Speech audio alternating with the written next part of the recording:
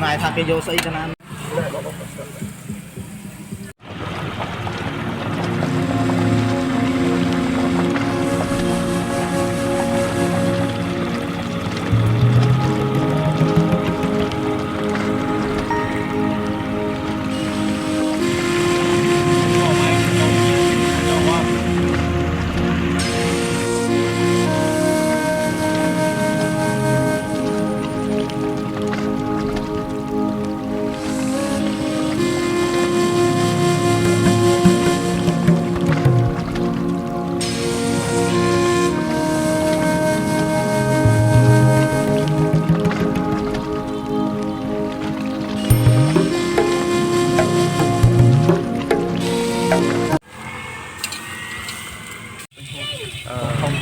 không chia à? Vâng.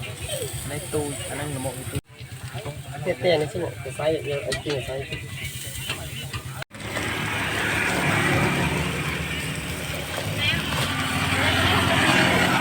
Vâng cho em trong Facebook đây chơi ta hả? Dạ, cái này kia em giam thôi này. Vâng,เอาlý hái mình.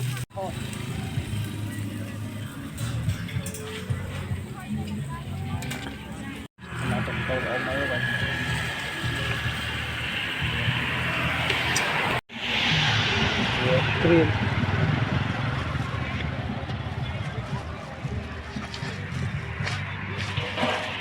Thì do dù dù thì do anh chơi Hả?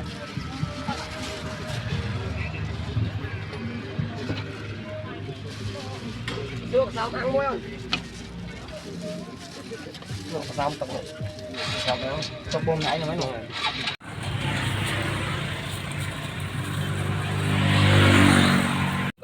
Ba không ba?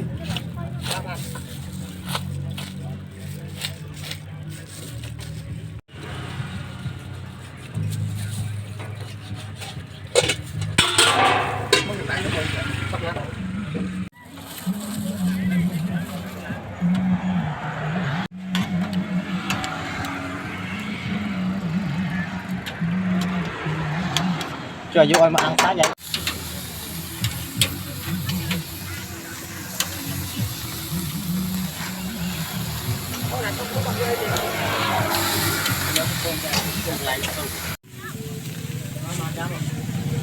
Hàng nó một gram môi, hàng bọc là không ạ.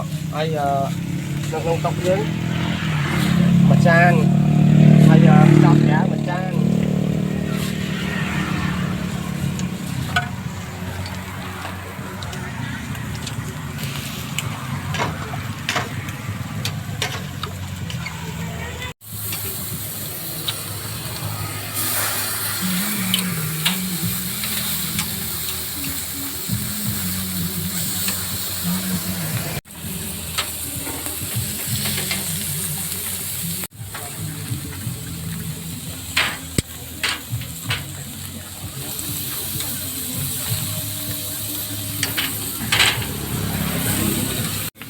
Bác 100 vú. Đó. Ấy coi lên nhặt cái này. Một nơi ngỏ mà thôi. Anh kiếm tí đó lắm còn bạn.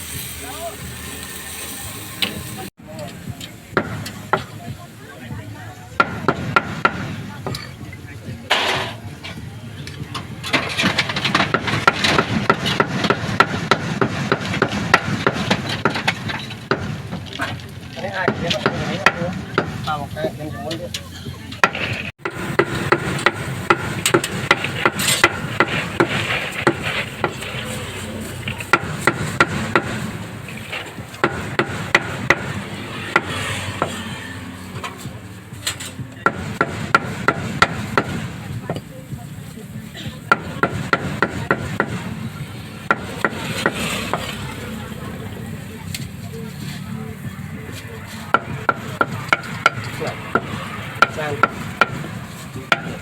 chan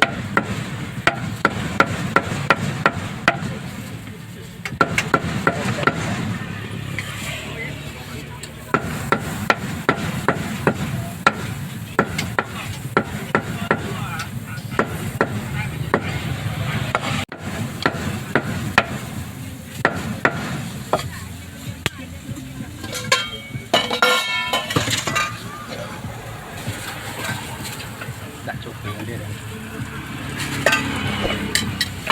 to thế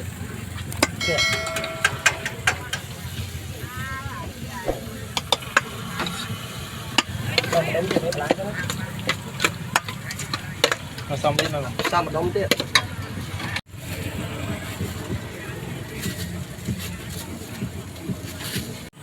ôi mà tròn thế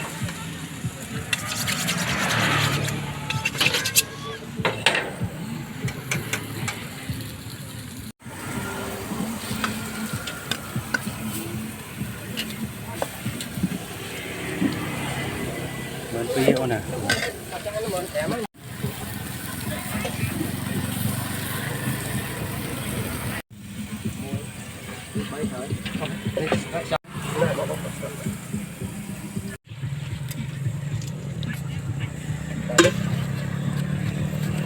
cái nhang hay rồi đang con đo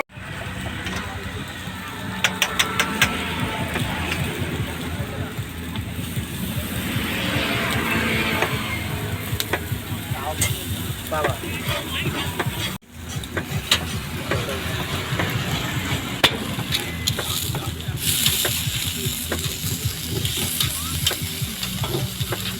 sạch sạch sạch món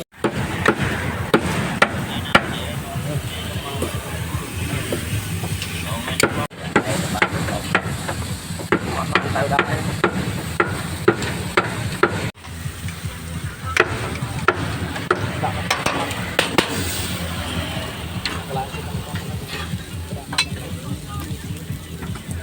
chan có cái này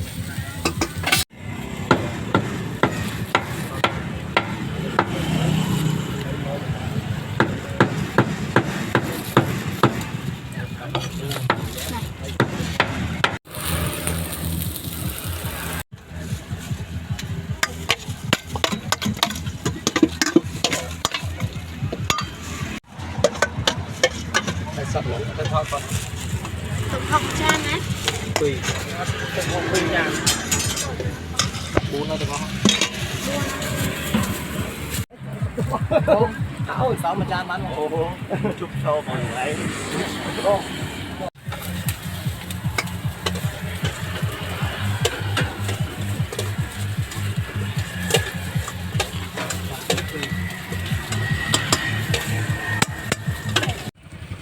thấy admin về vào về đút tập xong với quà tặng nó này mình đang quay kinh tế mà chứ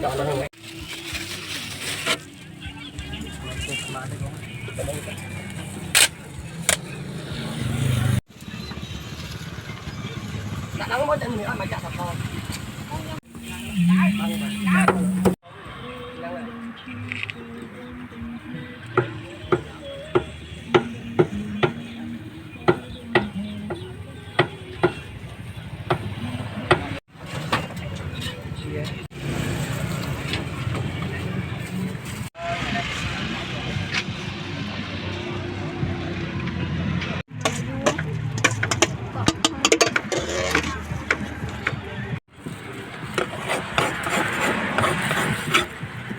đã kho đấy đấy đã bị lơ tay tràn ta cái thốt cái ăn ấy nó mà cha nữa nè mà tràn là nó buông vào lại đã smart nè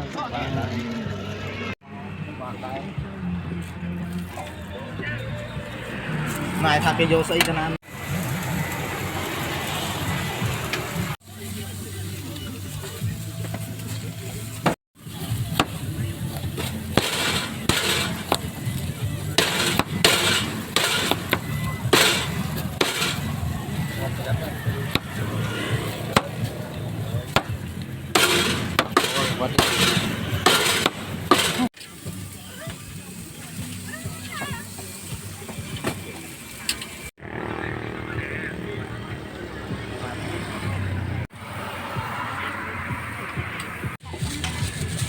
bây giờ tôi tháo nó vào đây rồi một rồi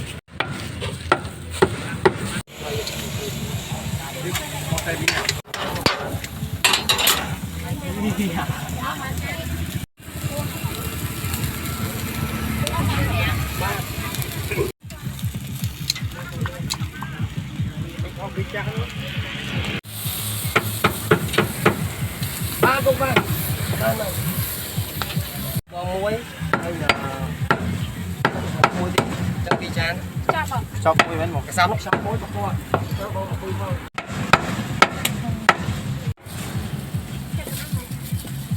muối cho con không muối lại xong quy nó mình làm được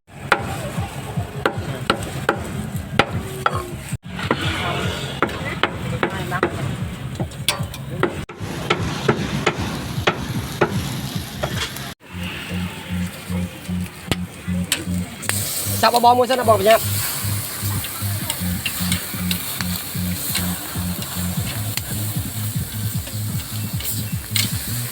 phải lại sao mình thèm mới tiết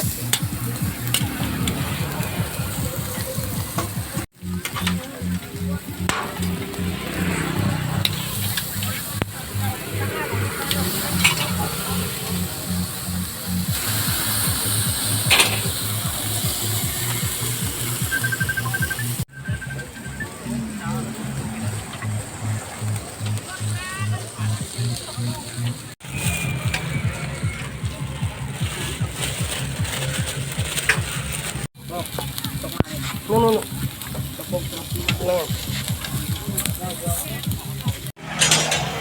Chặt mình mới được đâu.